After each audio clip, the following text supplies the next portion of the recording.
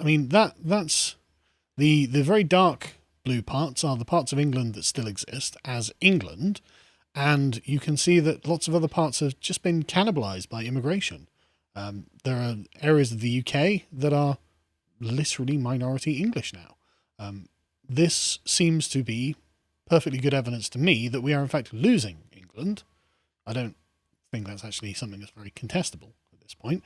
I mean, when London is 37% English, Birmingham is 42% English, Watford is 45% English, Luton is 31% English, Leicester is 33% English, and Slough is 24% English, we can say that they're not English cities. Anyone that seems to have a problem with the word invasion is just... Well, I mean, there is a literal invasion going on across the channel, which we'll talk about in a minute, in fact. But I suppose that people would take objection to the question of invasion because essentially they're being let in by the Conservatives. The overwhelming majority of this is legal immigration. And so people would say, well, that's not technically an invasion if you just hold the doors open. And you have to admit, that is true. That's semantics, though, whatever. No, it's not just semantics. That is technically not an invasion. So we need to find, again, this is the purpose. It's easy to fall into this blunder where the left can say, no, it's not because we opened the door. Okay, fine. We need another word for it then, right? Personally, I find it to be akin to colonisation at this point. But the leftist response to that is, well, that you weren't conquered, were you? It's like, well, maybe there are more than one kinds of colonisation. Maybe there's kind of hard colonisation that requires an army first, like the British Empire had, or there's soft colonisation that is just the sort of liquid movement of people that changes demographics. Use whatever words you want, but that's what it is, demographic change. Yes. Yes. With and on the horizon, really sickening, dangerous consequences if you look back at history. Yeah. In fact, we don't need to look at very, very far back in history to see the sickening consequences of this. When was the last time you went to the East End of London? Not that long ago. Yeah? Do you see any Cockneys there? No. No? No. That's weird. No Cockneys? No, no. Do you know the word Cockney is 800 years old to refer to the particular ethnic group of the English, a subgroup of the English, who lived in the East End of London? Did you know that? Yeah, well, I mean, the true Cockney is born within the sound of Bow bells. It's Bow Church. And Whitechapel, even in the 19th, 20th century, was famously a Jewish quarter. Yeah. It's interesting now that it's, if you go to Whitechapel now, it's completely a Muslim quarter. Well, in 2016, the BBC did a documentary called The Last Whites of the East End, and I think we should watch this about a minute-long clip, and you'll see exactly what's happened. I feel a foreigner in my own borough. We were born here, lived here, finding ourselves marginalised out of the area. You would never get better than the East End, I don't think. And I feel a lot of the culture is moving out. I don't think there's going to be a lot of East End left. I don't, honestly. I do think it's going to just dwindle out. And you wonder where they've all gone. You see them all moving out, but you wonder where they've all gone. The life that we know is finished. Don't you agree? Yeah. It's finished. People who cast opinions about immigration and how wonderful it is for us, they should come and spend a day or two in Newham. And if they think that that is good for England, well, I'm a Dutchman. It's weird amount of levity in the music, isn't there? There. Well, it's funny because anyone who recognises my accent is that I am from Essex, East London, the East London-Essex borderlands. And where they've gone is usually into places like Essex. Yeah. And in the last 5-10 years, even like the London Borough of Havering, places like Romford, have been completely colonised, shall we say. Yep. So the white people that used to be in the East End, Cockneys, moved even further, deeper into places like Essex. But as I understand it, displaced in their own land. They are literally displaced, literally replaced by foreigners. And what I understand, though, is that they're losing their Cockney identity, as in the ethnic group is being dispersed and dismantled. Yeah, and the idea had sort of pearly kings and queens. Don't know if anyone was aware of that. Yeah, But yeah, they- all that's gone. That's just it's a joke now, if anything. It's not real. It's history now. Yeah. Now, this was in 2016. If we can go to the Sun article, this was when Newham was 27% English. And it was that bad for these people then, right? And it's interesting just hearing some of the accounts of the people.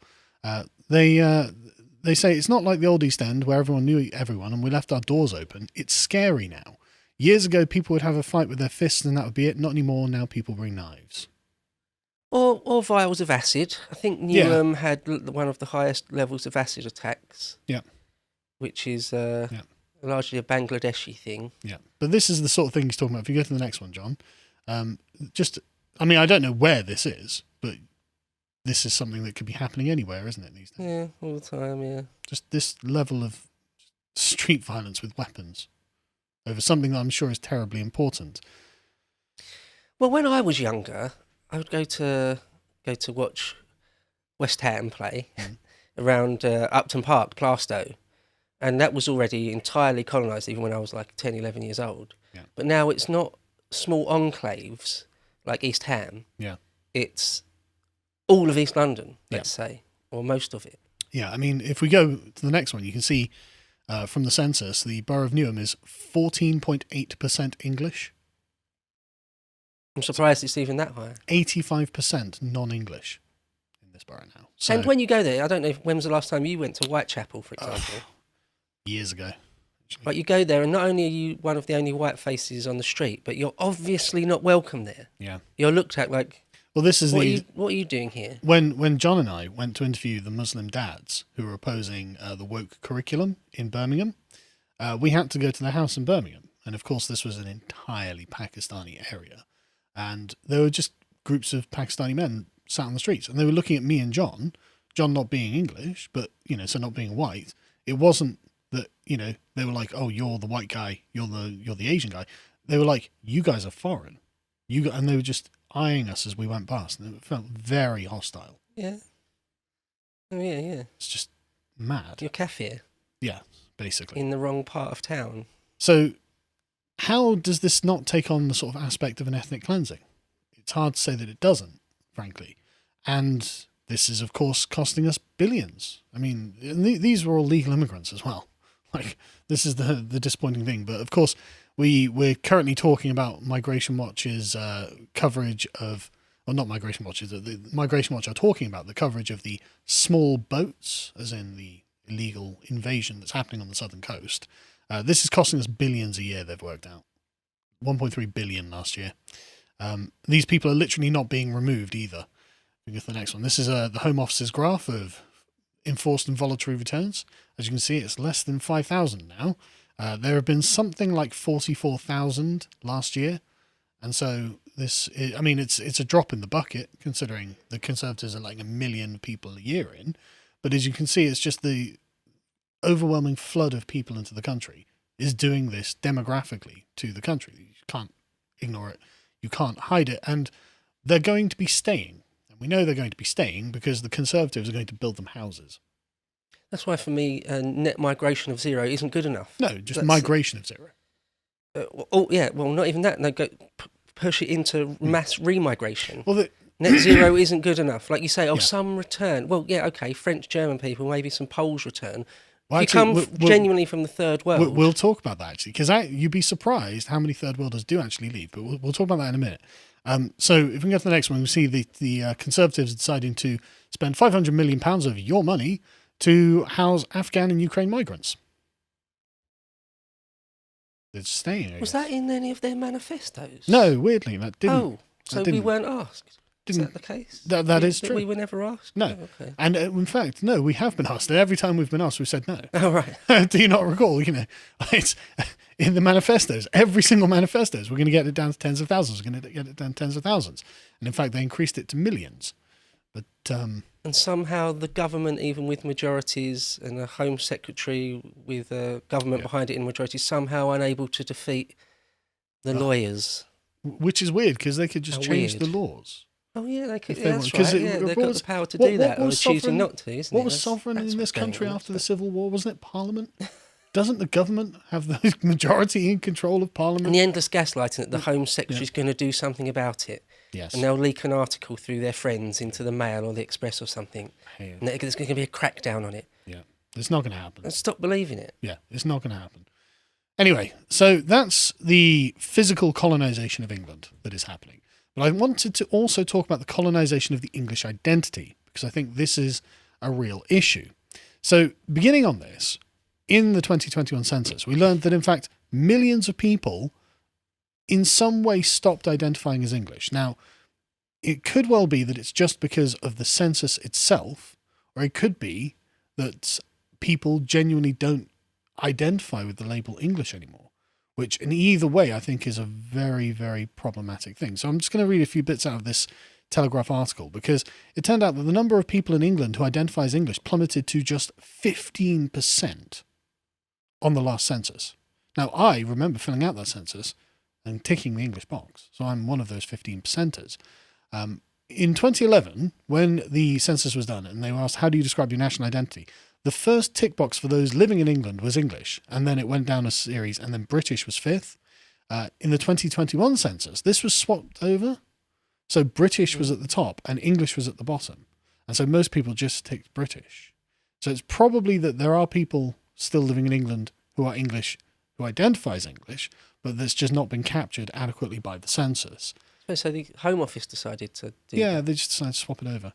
Right. Possibly, who knows why. Don't know why you'd do that, but Because the way referendums and questions and all sorts of things are phrased makes a massive difference. Absolutely. Massive, massive difference. and they know To the results. and they know this as well. They're very well aware that the framing of the question it's like nudge theory. You can almost craft the result you want by the way that you frame it to the person. And so it's hard not to be cynical and suggest that in fact putting the English identity at the very bottom is a kind of subtle attempt at erasure. It's an attempt to just hew down the pillars of what it is to be English in England. That's why I don't buy the line that the Tories are just sort of inept No. or accidentally failing to curb migration. I don't buy any of that. It's a very, very deliberate, active thing on their part. It must be.